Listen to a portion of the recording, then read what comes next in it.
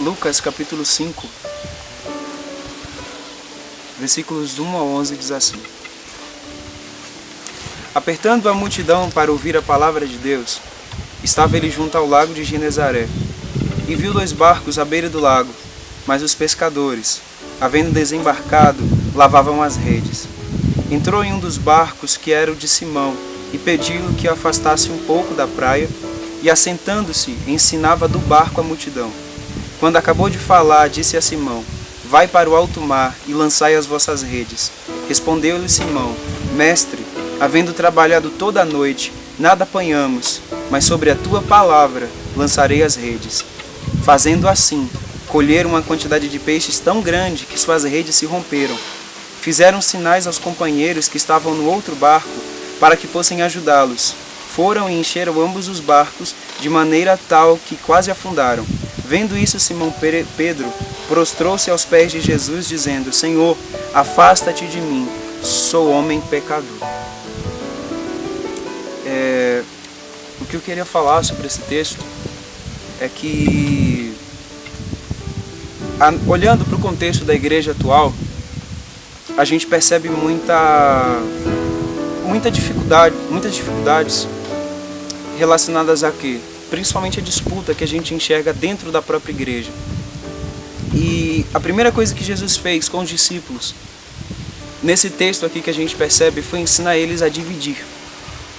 É notório, é claro, a maneira como Jesus se mostra pregando. Ele está pregando para uma grande multidão, e ele vê ali o barco de Pedro, antes Simão, e ele...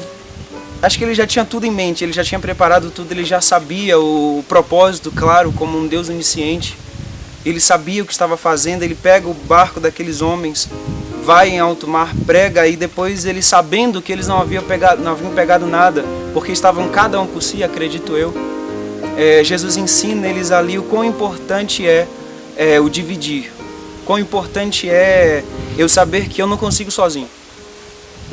E Jesus prega, como já falei, e depois ele chama os discípulos, que até aquele momento não eram discípulos ainda, e fala: vamos pescar. E eles dão todo o contexto: a gente não conseguiu pegar nada, a gente trabalhou toda uma noite, nada aconteceu. E Jesus fala: vamos. E ele: olha, sobre a tua palavra nós vamos poder. E a primeira coisa que acontece é a grande quantidade de almas que se manifestam. E aqui entendo que eles foram sobre a palavra de Jesus, mas fizeram da maneira errada, cada um por si. E existem muitos ministérios, muitas pessoas, muitos homens que de fato são de Deus, que foram chamados por Deus, mas que estão fazendo ao seu modo. E às vezes tentando na verdade monopolizar o reino de Deus, a glória de Deus, quando na verdade ela é de Deus e não tem como ser monopolizada.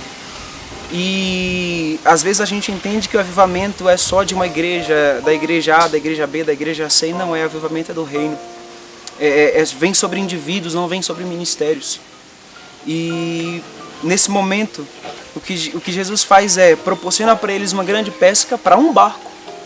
E eles veem a grande quantidade de peixes que vinham, e Jesus não falou nada, não mandou chamar ninguém. Eles entenderam: olha, eu preciso de ajuda. E eles chamam outros discípulos, outros pescadores, para ajudá-los num outro barco diferente. E eles dividem a carga, dividem o peso. E é o que a igreja precisa fazer: se unir para dividir. Se unir como pastores, como ministros, para auxiliar no ganhar as almas, no cuidar das almas. Não é só encher os barcos, não é só encher o meu barco, não é só encher o teu ministério, não é só ganhar muita gente para Jesus, não é só botar muito vídeo na internet, não é só falar muito e ter em grandes congressos ou coisa parecida. O que Deus quer é que a gente aprenda a cuidar dos indivíduos, sabe? E quando a gente entender que precisa de ajuda, a gente precisa aglutinar, a gente precisa somar, a gente precisa trazer para perto aqueles que podem nos auxiliar. E o que Jesus tem esperado são esses ministros que são humildes a tal ponto. Porque alguns são tão voltados para dentro de si que preferem perder, a ter que dividir a glória, quando na verdade a glória não é do ministro, a glória é de Deus. Então eu tenho orado para que Deus levante mais pessoas assim, para que Deus faça isso em mim, para que Deus trabalhe isso dentro de mim, para que Deus trabalhe isso na nossa geração. Nessa geração de cristãos que são rasos, que são miseráveis, como diz a palavra, ao que nós temos aprendido aqui, nós estamos no acampamento. E nós aprendemos muito do Senhor com relação ao quão miseráveis nós somos. Que de fato sejamos uma igreja que não espera apenas para o nosso ministério, que não espera apenas para a nossa vida, que não espera apenas para a minha vida porque eu sou ministro, mas que entende que o foco não é o meu ministério, não são as luzes nem os holofotes que são lançadas sobre mim, mas de fato o mais importante são as vidas que Deus tem agregado ao nosso redor e que nós nem temos percebido a importância de cuidar de cada uma delas. Então, em nome de Jesus, você que está assistindo esse vídeo, que você seja edificado por isso, entenda que o teu ministério está a serviço do reino e não a serviço das tuas vontades nem dos teus sonhos pessoais, está a serviço dos sonhos de Deus.